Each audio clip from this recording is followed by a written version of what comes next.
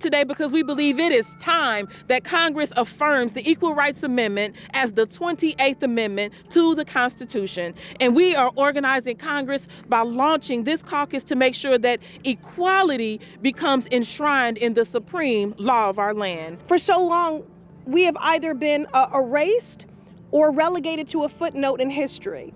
And so I hope this representation, this demonstration here today of a truly multiracial, multi-generational coalition affirms that there will be no erasure any longer. The Equal Rights Amendment, or the ERA, is a U.S. constitutional amendment that guarantees equal protections under the law to people of all genders and sexual orientations. The ERA caucus that Representatives Bush and Presley introduced will be the first of its kind. This movement to pass the Equal Rights Amendment is one that is being led by and centering women and people of color who were originally excluded from the drafting of the U.S. Constitution.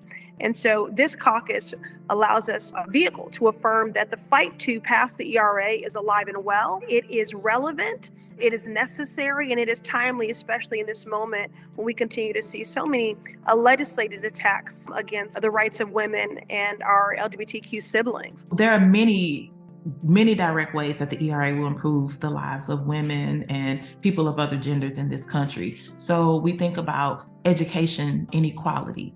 When Congress passed Title IX in 1972, which prohibits discrimination on the basis of sex in any education program or anyone receiving federal assistance, we know that despite significant progress for women, women of color have not benefited equally from the gains from Title IX. We know Black girls have a school suspension rate of 12% compared to 2% suspension rate for white girls. This is how we will make that change. When we look at gender wage gap, the ERA could be used as an anchor to pass better laws that are focused on enforcement of wage gap provisions. We can talk about healthcare. Sex-based discrimination prevents many from accessing healthcare in the United States. So with the ERA, Congress could set benchmarks for increases in healthcare insurance coverage for women of color. And we cannot forget reproductive freedom. The ERA will protect our basic right to abortion care. And those are just a few of the things. The ERA was first introduced in Congress in 1923. Over its 100-year history, the amendment has been the subject of many legal battles. Though it's reached the 38-state threshold required for ratification, the ERA has been halted by a congressional deadline set in the 1970s. Representatives Bush and Presley are introducing legislation to overcome this barrier. The women of this country have done our work, states have done their work,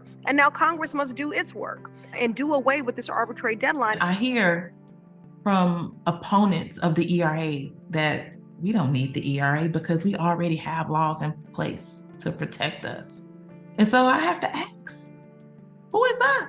Who is us? Because I need those protections. My daughter needs those protections. My community members, my constituents need these protections. What's already in place, it doesn't fully protect. And so because of that, give us our rights and give it now.